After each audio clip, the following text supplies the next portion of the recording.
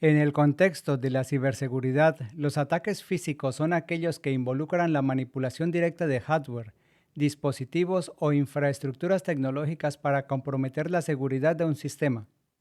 A diferencia de los ataques puramente digitales, que suelen ejecutarse de forma remota a través de redes y software, los ataques físicos requieren acceso físico al objetivo. En este video veremos tres tipos de ataques: ataques de fuerza bruta, ataques de clonación de identificación por radiofrecuencia y ataques ambientales.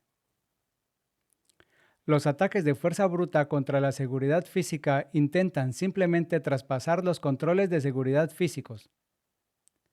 A diferencia de los ataques puramente digitales, los ataques de fuerza bruta pueden involucrar la manipulación directa de dispositivos o mecanismos de seguridad.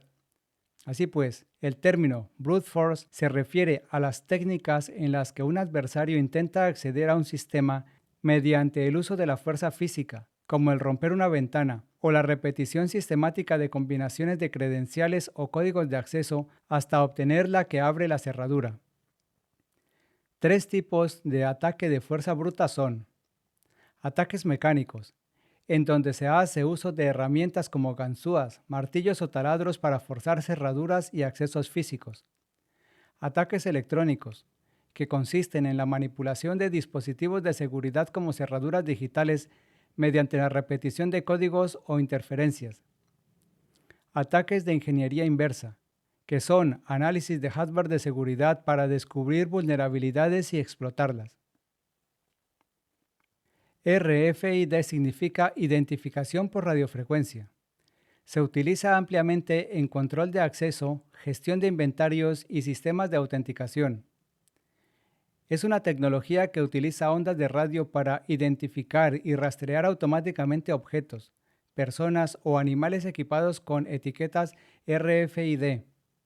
Estas etiquetas contienen un pequeño chip y una antena, lo que les permite comunicarse con los lectores RFID sin contacto directo.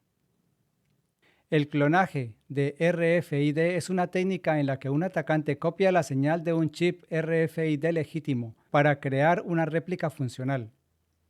Esto permite al atacante burlar sistemas de control de acceso, suplantar identidades o manipular procesos de autenticación sin autorización. En el contexto de los ataques RFID tenemos dos conceptos relevantes: card skimming y card cloning, que en español se traducirían los dos como clonado de tarjetas. La diferencia clave entre el card skimming y el card cloning radica en su ejecución. Card skimming es el proceso de robar datos de tarjetas mediante un dispositivo oculto, skimmer, instalado en lectores de tarjetas legítimos, como cajeros automáticos o terminales de punto de venta. El skimmer captura la información de la banda magnética de la tarjeta al pasarla, lo que permite a los delincuentes usar o vender posteriormente los datos robados. Por otra parte, card cloning consiste en crear un duplicado de la tarjeta con los datos robados. El atacante toma la información obtenida mediante el skimming u otros métodos y la codifica en una tarjeta en blanco, replicando así la original. Esto le permite realizar transacciones fraudulentas como si fuera el titular legítimo de la tarjeta original. En resumen, el skimming es el robo de datos de tarjetas, mientras que cloning es el acto de duplicar una tarjeta utilizando los datos robados.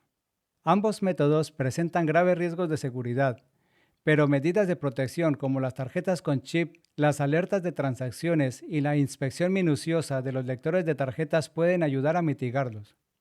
No todos los ataques de tipo físico buscan acceder a sistemas o instalaciones. Algunos simplemente buscan interrumpir el uso legítimo de los recursos.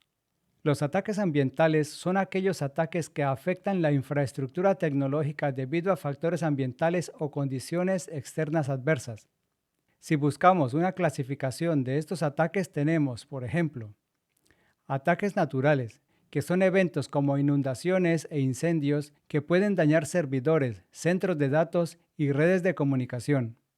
Ataques térmicos.